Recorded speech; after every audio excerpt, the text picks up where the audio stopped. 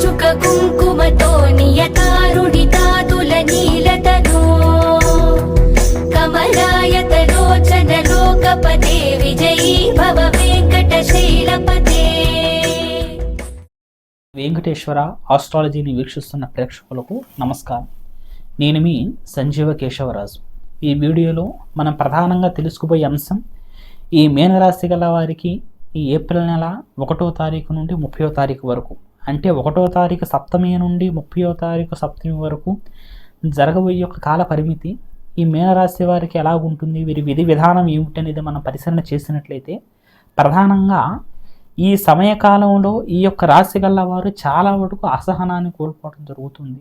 తద్వారా కొన్ని సమస్యల్ని, కొన్ని బాధల్ని, కొన్ని భారాలను మోయాల్సిన అవసరం వస్తుంది. కాబట్టి మీరు ఏ విషయంలో తప్పు మీద లేకపోయినా కొన్ని సమస్యలు వచ్చి మీ మీద పడుతున్నా సరే మీరు చాలా శాంతంగా ఉండటం అనేది చాలా వాటికి శ్రేయస్కరం.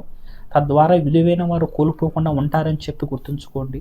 అలాగే ఈ సమయంలో వ్యాపార రీత్యా మీరు ముందుకెళ్ళటానికి, అలాగే ఉద్యోగస్తులు ముందుకెళ్ళటానికి చాలా వరకు అనుకూలించే సమయం, పెట్టుబడులు పెట్టే వాళ్ళకి అనుకూలించే సమయం చెప్పుకోవచ్చు. ఎప్పుడుండో వ్యాపారంలో పెట్టుబడి పెట్టాలి, మనం ముందుకెళ్ళాలి, ఇది కాకుండా ఇంకా డెవలప్ చేయాలి అనుకునే వాళ్ళకి ఈ యొక్క సమయం అనేది చాలా వరకు అనుకూలిస్తుంది. అలాగే ఉన్న వ్యాపారాన్ని డెవలప్మెంట్ చేయడానికి మీరు రుణాన్ని తెచ్చి పెట్టి ఈ యొక్క వ్యాపారంలో పెట్టి నడిపిద్దాము అని చెప్పి మీరు ఎప్పుడుండో ఆలోచిస్తున్నా సరే రుణం వల్ల కూడా ఈ సమయంలో మీకు ఎలాంటి ఇబ్బంది ఉండదు. ఈ సమయంలో మీరు చేసే రుణం, మీ వ్యాపారానికి మీరు చేసే రుణం అది తీరేదే తప్ప మిమ్మల్ని ఇబ్బంది పెట్టేది అయితే కాదు.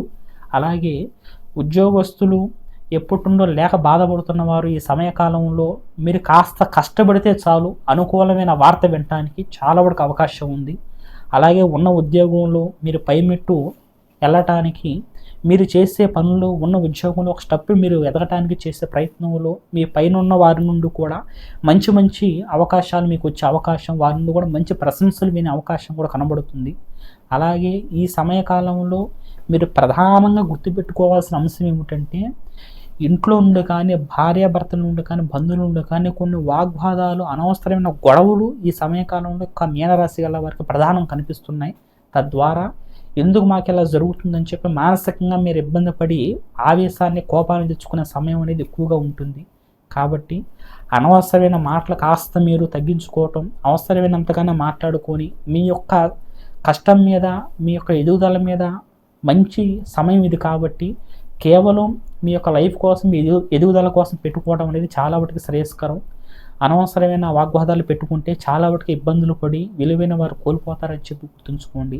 అలాగే ఈ సమయకాలంలో ఆరోగ్యరీత్యా కూడా దీర్ఘకాలికంగా మిమ్మల్ని ఇదివరకు ఇబ్బందులు పెట్టుకున్న సమస్యలు అవి మళ్ళీ కాస్త ఇబ్బందులు పెట్టే అవకాశాలు కనబడుతున్నాయి. కాబట్టి ఏదైనా అనారోగ్య సమస్య మీకు వచ్చిందని అనిపించింది వెంటనే రెమెడీ చేసుకుందని డాక్టర్ కన్సల్ట్ అవ్వటం అనేది చాలా వాటికి శ్రేయస్కరం.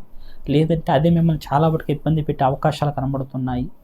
మీరు ఈ సమయకాలంలో ప్రధానంగా మనశ్శాంతిగా కాస్త ముందుకెళ్ళాలనుకుంటే దైవ దర్శనాలు చేయడం చాలా వాటికి అనుకూలం. తద్వారా కాస్త మానసికమైన ఆనందం పడతారని చెప్పి గుర్తుంచుకోండి. మొత్తానికి మీరు ఎదగటానికి మీరు చేసే ప్రయత్నాలకి విజయవంతమైన కాలం ఇది. కానీ మీ యొక్క ఆవేశాన్ని తగ్గించుకుంటే ఎలాంటి ఇబ్బందులు లేకుండా మంచిగా అనుకూలంగా ముందుకెళ్తారని చెప్పి గుర్తుంచుకోండి.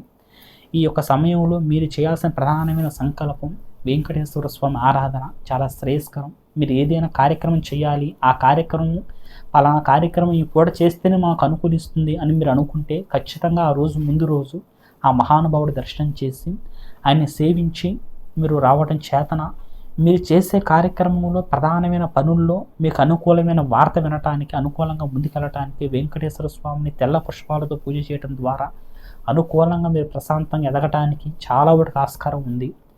అలాగే ఎంతోమంది ఎంత శ్రమించినా, ఎంత కష్టపడుతున్నా, ఎన్ని దైవ కార్యక్రమాలు చూస్తున్నా మా పరిస్థితి మాత్రం ఎందుకు ఇలాగే ఉంటుందని చెప్పి 4 రకాలుగా టెన్షన్ పడుతూ ఉంటారు.